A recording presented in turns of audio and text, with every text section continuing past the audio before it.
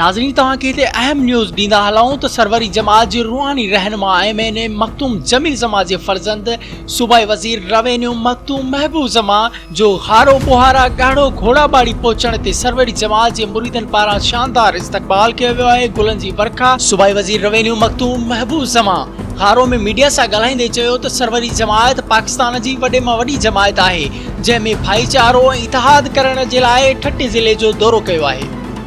उन मौके ते मखतूम महबूब ज़मा सां गॾु